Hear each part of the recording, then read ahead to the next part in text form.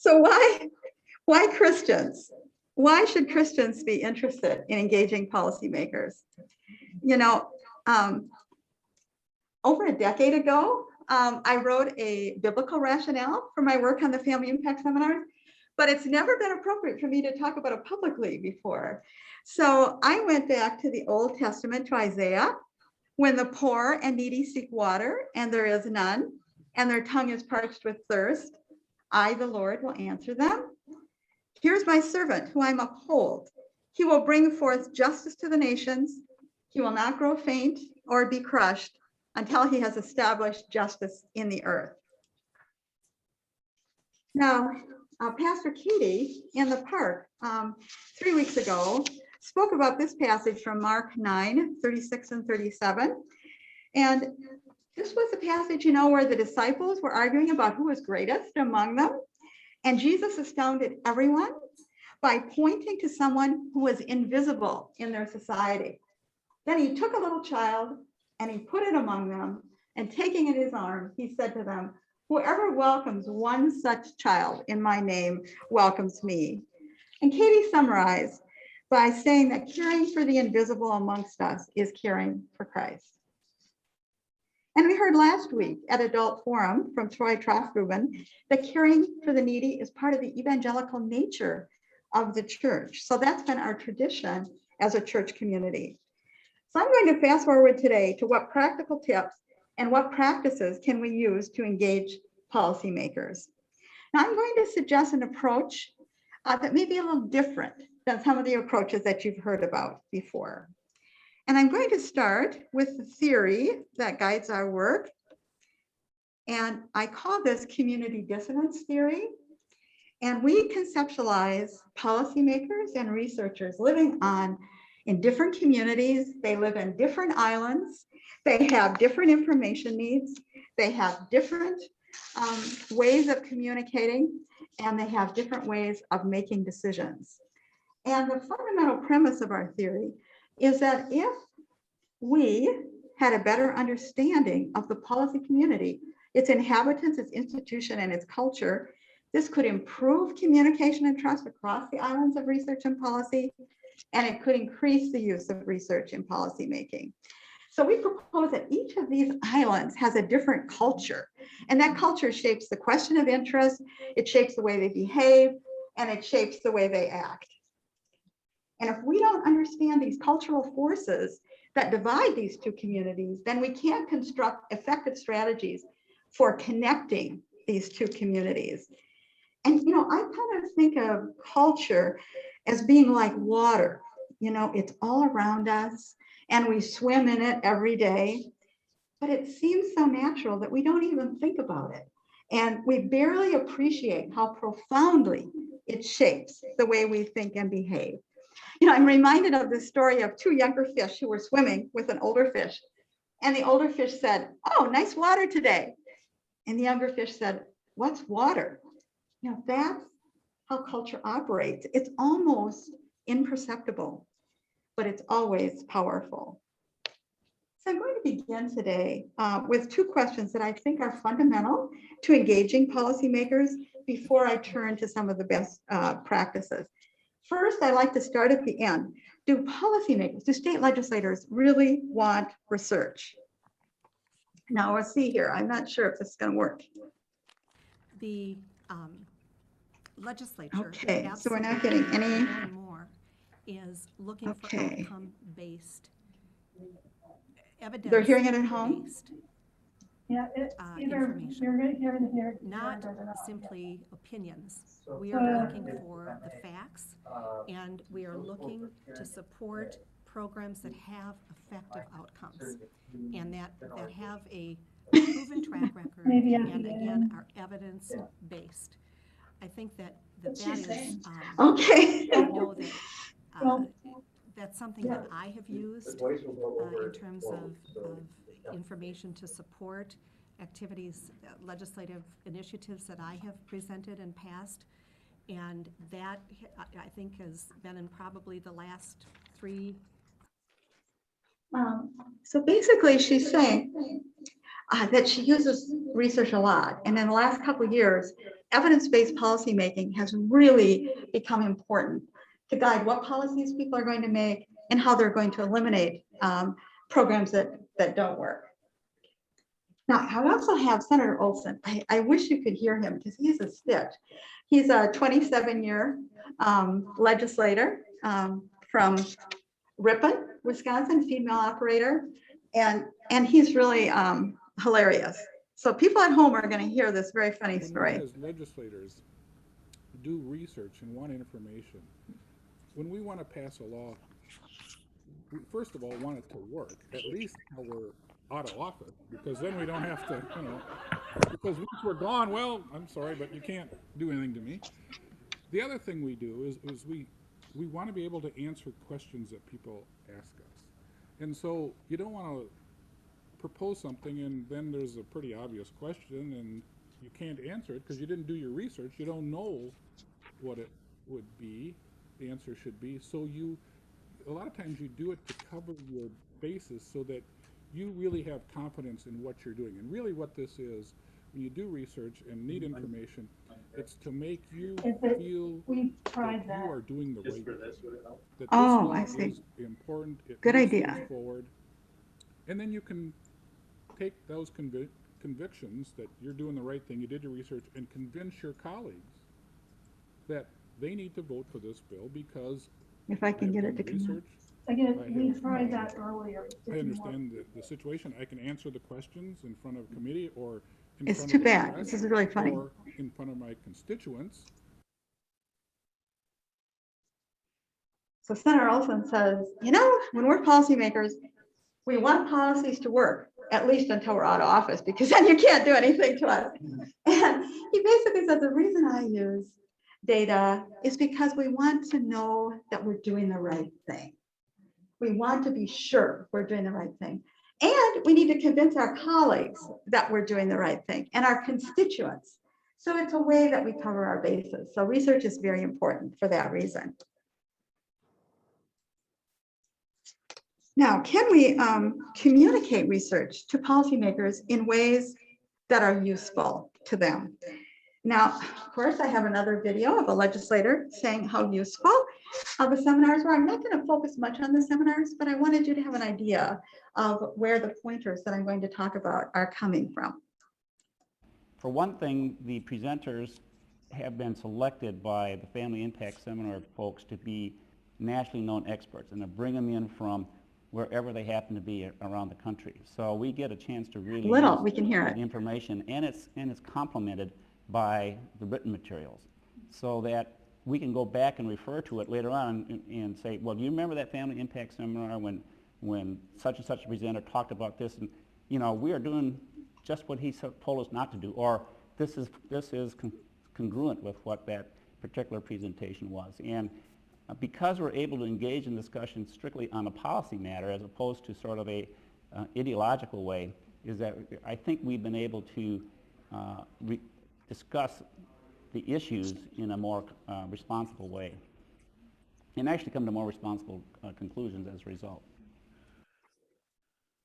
So he's saying we hear from speakers from across the country, and what it does, it helps us focus on policy, not from a political level, not from an ideological level, but from how we make policy better. And because of that, we come to more responsible conclusions, and we actually make better policies as a result of it. Now, we've had some success in influencing the design of public policy. Let me just give you one example. In Wisconsin, a law on prescription drugs was for seniors, which some of you are familiar with, included 4 features of other states' programs that we discussed extensively at the seminar. Now, did we cause this law to be changed? No. Policymaking is a very fluid, multiply informed process. Did we influence its design? Perhaps we did. And you can see in 2019, this program reached 87,000 seniors. So that's kind of why you do policy, because it has a big impact on a lot of people.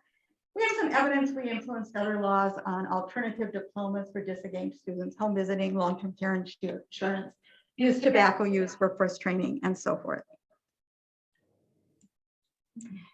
Here's, we also measured whether we affect the policy process. So after a seminar, a couple months later, we interviewed legislators, and we would say, because of the seminars, I am more likely to. And they could answer not at all, a little, or quite a bit. And if they said a little, we counted it as a no. And so we only counted it as a yes if they said quite a bit. So because of the family impact seminars, you can see here 83% of legislators said they were quite a bit more likely to see the practical value of research. And 72% said they were quite a bit more likely to see research as approachable. And 50% said they were quite a bit more likely to get to know their colleagues on the other side of the aisle. Who knew that one of the roles of the seminars would be to introduce legislators to each other? We hear repeatedly there are very few opportunities to get to know legislators in the other party. Now, how can we engage policymakers? Engaging policymakers begins with understanding inhabitants of the policy community. Now, in a recent study, I wanted to tell you about two legislators who I interviewed who formed the bookend of research in our study. So, you have to imagine, kind of help you imagine, I'm sitting across the desk from a legislator with two big pocket tape recorders for me, so we don't lose anything. And this one legislator says to me, is it okay if I focus on university research? And I said, sure. And he said, can I be really frank? And I said, oh, please. The study will only be valid if you're really frank. He says, why would I want to use research from liberal leftist eggheads? And besides, most of our studies are based on common sense, and I can tell you at the beginning of the session on the most important issues how every single person is going to vote. Okay, then. So I move on, do another interview, and I'm interviewing a legislator in his office, and he has a credenza behind him that is just stuffed with manila folders. They have all these papers in them. And he said, these are my research files. I have a research file on every issue that I focus on. Now, from this study, we can't tell you how many fall into each camp, but what I can tell you is that we have legislators nominate the most effective legislator in their state. And the one who had the credenza stuffed with manila folders with research in them was nominated by far as the most effective legislator in his state. So the bottom line is that we can't think of policymakers as all being the same. They're not all the same. And they're all cut out of different cloth. And so it's easy, I think, to stereotype policymakers,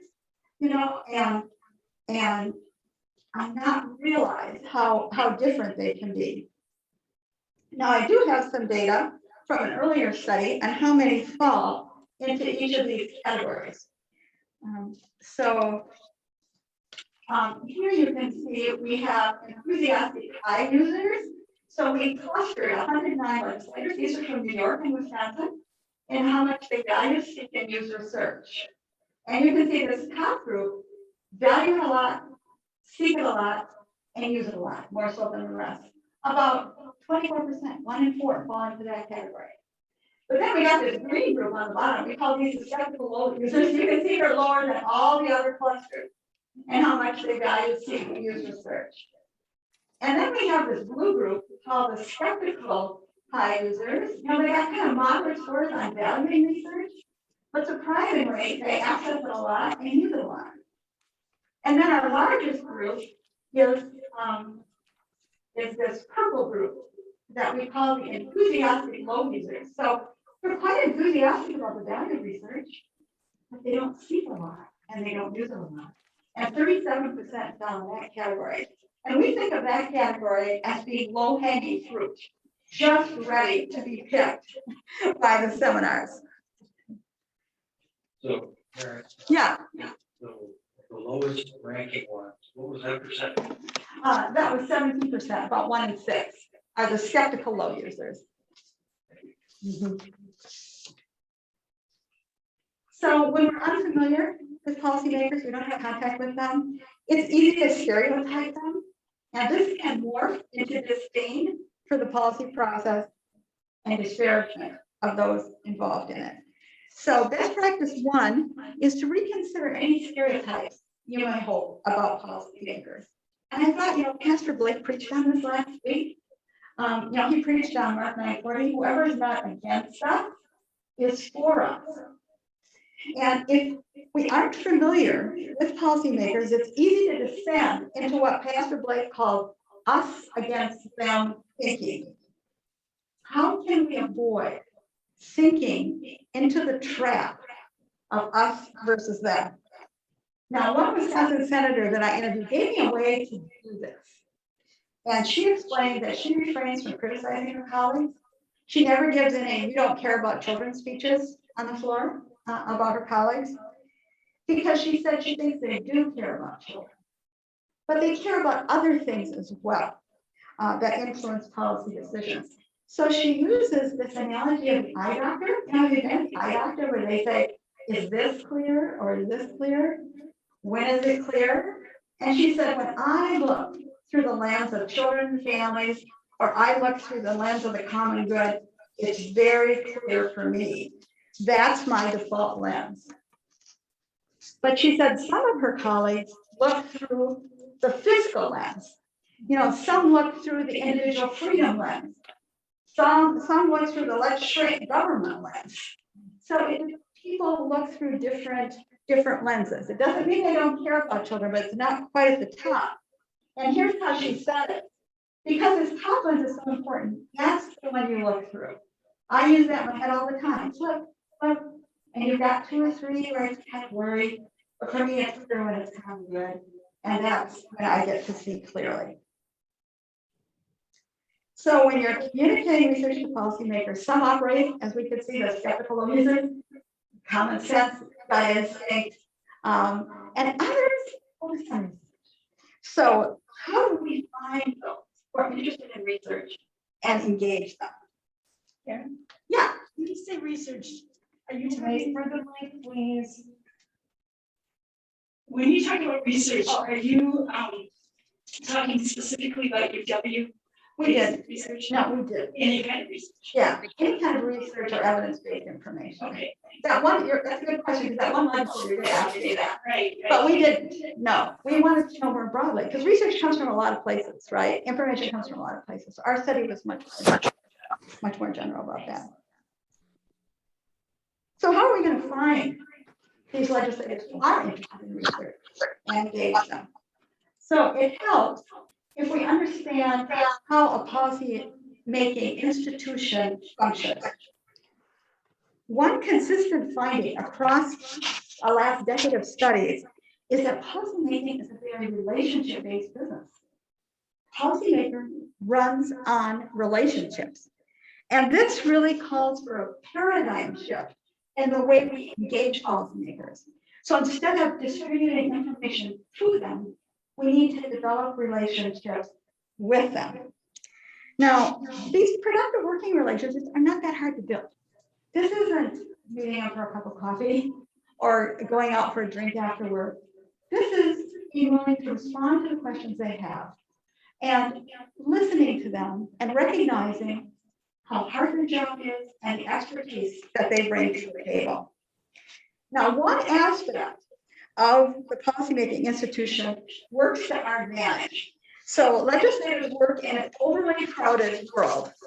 So in Wisconsin, about 1,200 bills are introduced in the Assembly each year and 600 in the Senate. So legislators tell me it's virtually impossible for us to get to know and read and study all these bills. We can't do it. It's impossible. So instead, we rely on an information source that we know and trust, and that's their colleagues. So legislators specialize, and they develop a reputation on a particular issue, and they're known in the legislature as the go-to legislator. And they tell other legislators how to vote and what to think about an issue. So legislators don't bestow trust in their colleagues real easily, because if they use wrong information, it can harm their reputation as being trustworthy, and it hurts their ability to actually work with their colleagues and advise them. It affects their ability to be influential with their colleagues and with their constituents.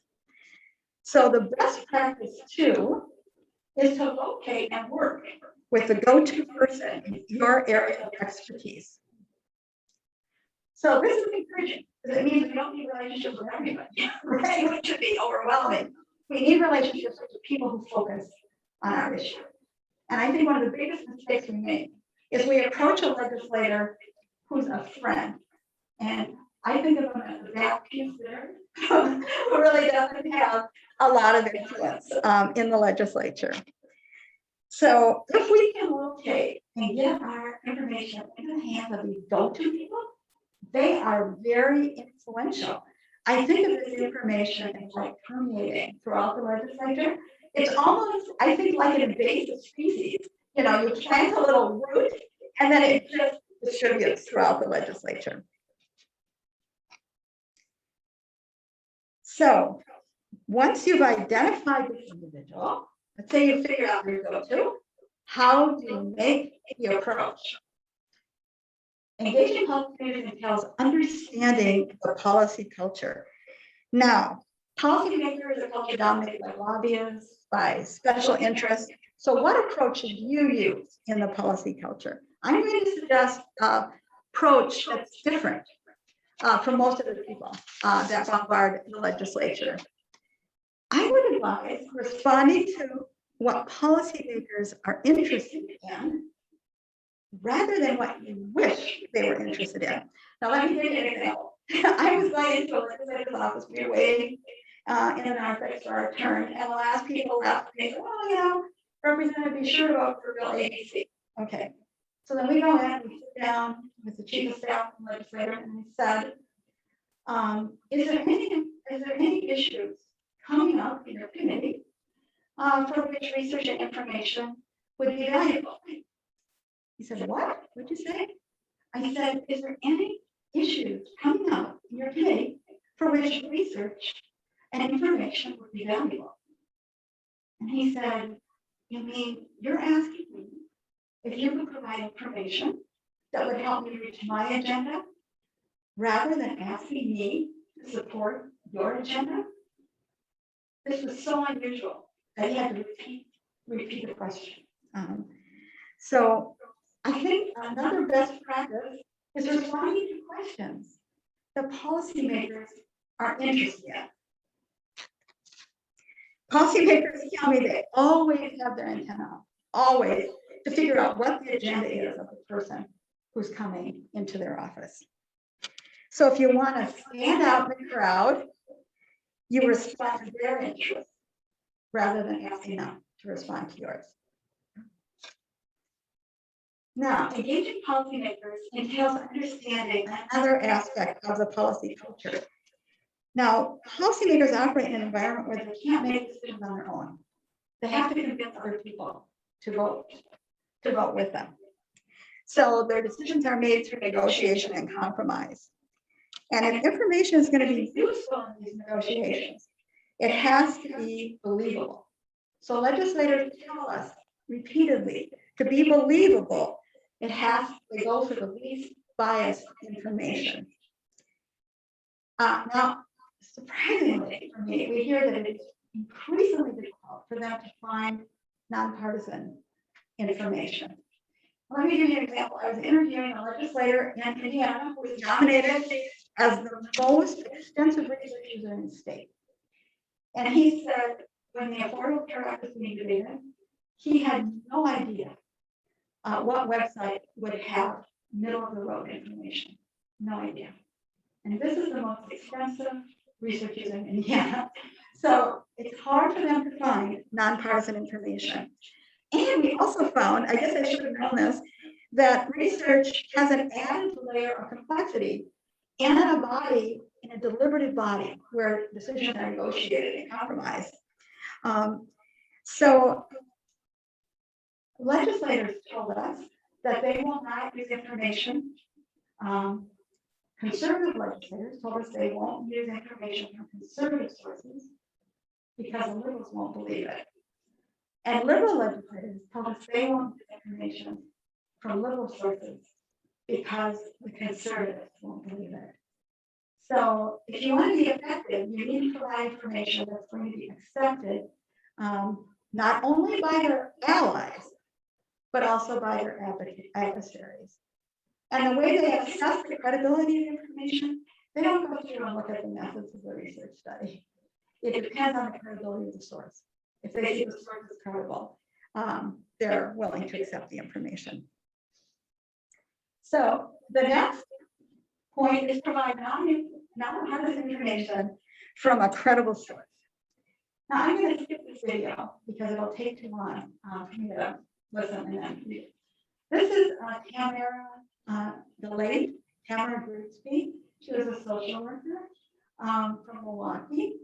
And she said, what's really useful in our study is nonpartisan information. It's so unexpected. It just doesn't happen.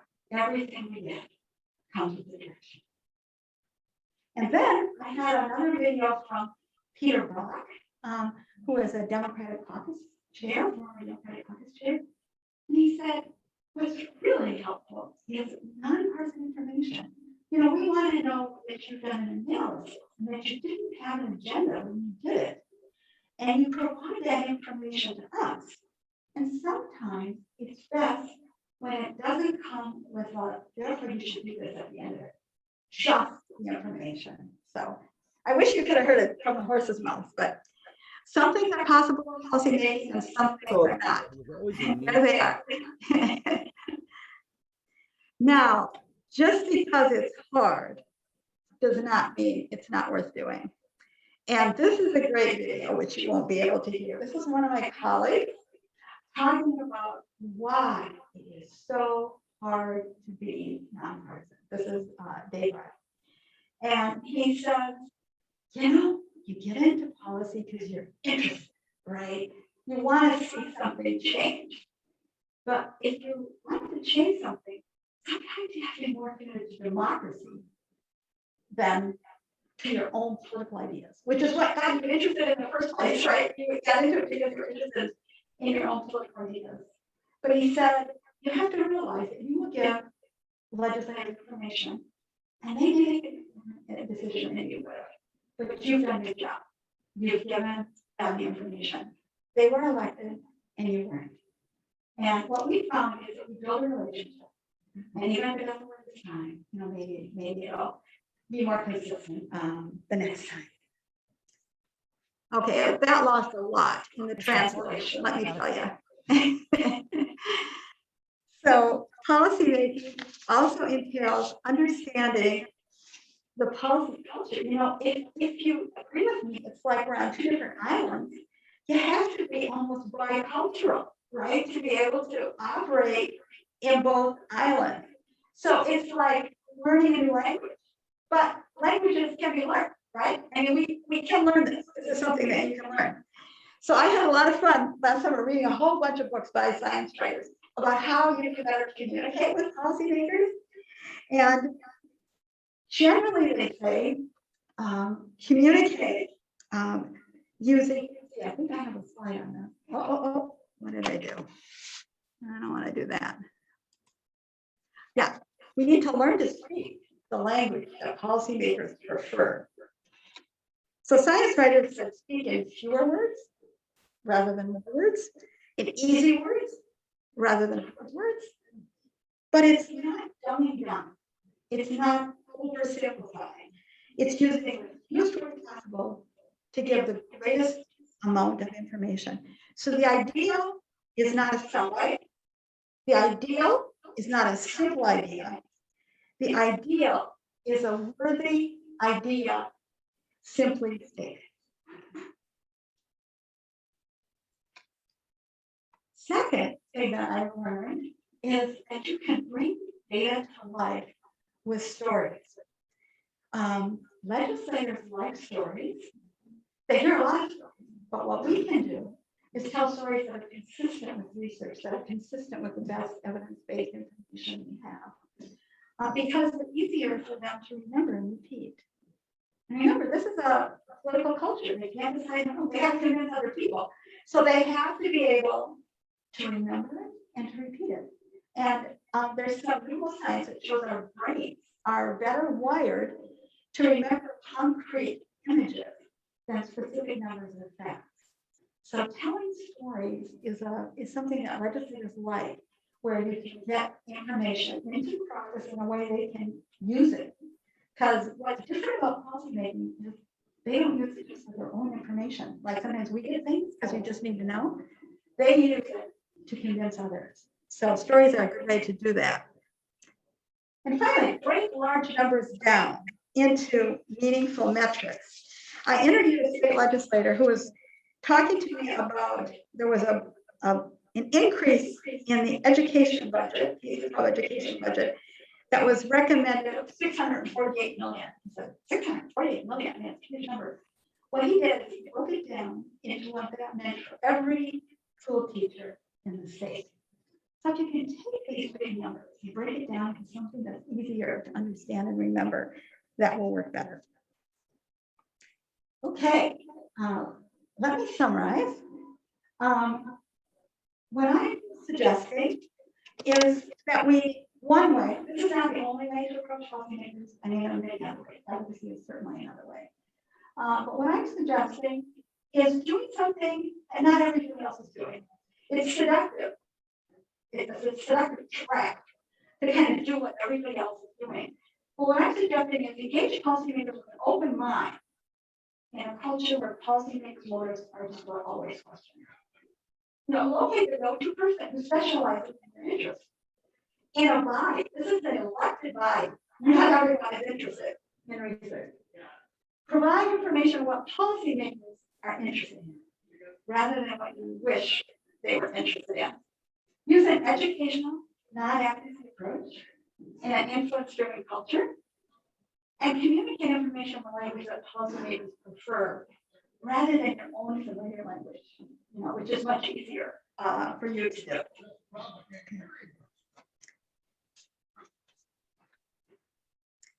Now, I'm going to summarize with Paul, who said in 2 Corinthians 3, Christians are people of hope. So we can be both because we're people of hope. My hope is that some of these best practices will help you follow Paul's advice. Let's see here. To go forth boldly as only people of hope can do.